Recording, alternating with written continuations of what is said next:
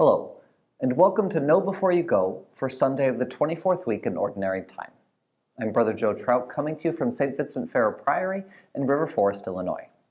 And in the readings for this Sunday, we get that wonderful Christian image of the lost being found. We'll hear the story of the lost coin, the lost sheep, the lost son, but then we also get Moses and the story of these lost people of God, and Moses, the one who himself was lost. We hear St. Paul recounting how he was once a blasphemer and was brought to God through the resurrection of Jesus Christ. Okay, so what's going on here? Well, we can't go through all of these in incredible depth. So I'd like to start with Moses. Right? Moses is in many ways that prototypical lost son. Because Moses, what did he do? He was raised by the Egyptians. He saw the suffering of his people. He tried to intervene. He tried to take matters into his own hands, and he killed one of the Egyptian taskmasters, right? And his fellow Hebrews were not grateful for it at all, not in the least, and he had to flee to the desert, run away from all of his people and his past. And he encounters God on Mount Sinai, who sends him back to his people, right? Okay, and then a weird thing happens on his way back. There's this tiny passage where it says that God came upon him and tried to kill him. And then his wife comes to her senses and circumcises their son. And then God spares him. What is going on here, right? It's a strange passage. Well, what you get the sense of is Moses is sent back to his people, the children of Abraham, and he himself hasn't followed that covenant. He has forgotten his own past. And something about that is deeply problematic, that if he is to carry out God's mission to save his people from slavery, he needs to be a part of that tradition. He needs to be a part of that covenant. So then he enters into it, and he does. He brings the people out. They receive the Ten Commandments at Mount Sinai, this incredible encounter. And then we have today's account, or this Sunday's account, that Moses then is up on the mountain with God. The people are making a golden calf. They're getting everything wrong. Right? They've replaced this incredible God who saved them with just an image. Right? They've turned away and been lost. And God says to Moses, go back down to your people. They're running away. And I will make of you a great nation. And Moses says, no, don't destroy them. Instead, be faithful. Remember your servants, Abraham, Isaac, and Israel, and how you swore to them by your own self, saying, I will make your descendants as numerous as the stars in the sky. What is going on here? Well, I think one way to take this is that this is the temptation of Moses. That God is offering to him, Moses, you can become the one who has the covenant. It can be your people. You can have the children or descendants as numerous as the stars. And Moses says, no. Remember your people. I want to continue the past, the covenant that we already have. Already have it all, right?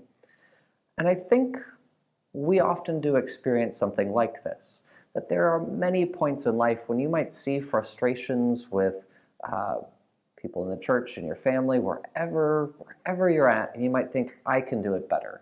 Put me in charge. Let me take over. And yet, sometimes that's just a temptation. And what we need to say is, no, God is at work. There is a covenant here. I need to simply be faithful to what already is. But often God does let us pick the wrong path, or at least it's there as an option. And Moses does what's right. He stays faithful to that covenant that before he hadn't even circumcised his own son. Moses is faithful to God. And what you find in the book of Exodus, and what follows, is that actually Moses, his line dies out, right? His children don't become any kind of great figures. He doesn't have tons of descendants. He is not Abraham. Abraham is the one with the descendants. Moses is actually just kind of a part of the family, right? He's not one of the patriarchs in that sense. And yet that's part of his greatness, that he simply is faithful to God in incredible ways. That's what we get from St. Paul too, that, what is it that makes Paul so faithful that he risks his life for this mission entirely over and over and over again? The fact that he encountered Christ. He saw the risen Christ, and it changed everything for him, and he gave the totality of his life for it.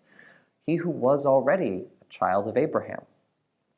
And so when you think of this and go to the parable of this lost coin, this lost son, Jesus who wants to gather back, what is he gathering people back to?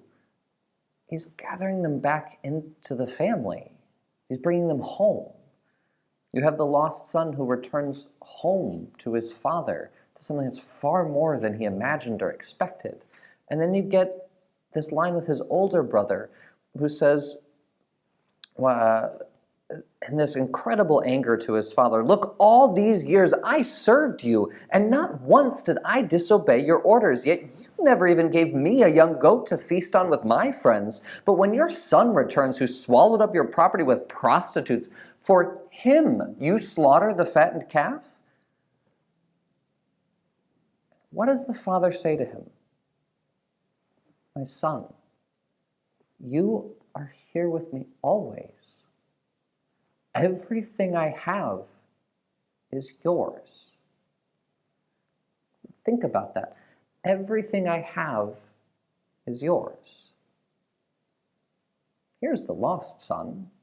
He's the one who's there with the father and doesn't even see it, and can't recognize it, and can't rejoice in a God who wants to welcome people home and to be a part of this incredible family of Christ, that we are one in Christ.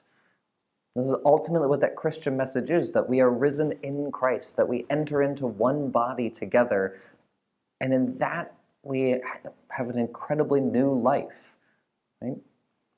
And so I'd ask you to ponder that, this Sunday when you're at Mass.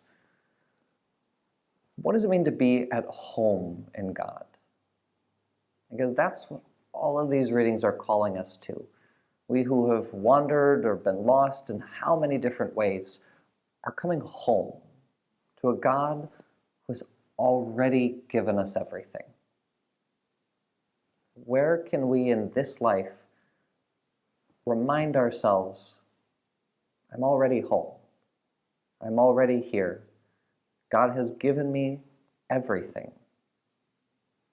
All I need to do is live in Him. Take care, and God bless.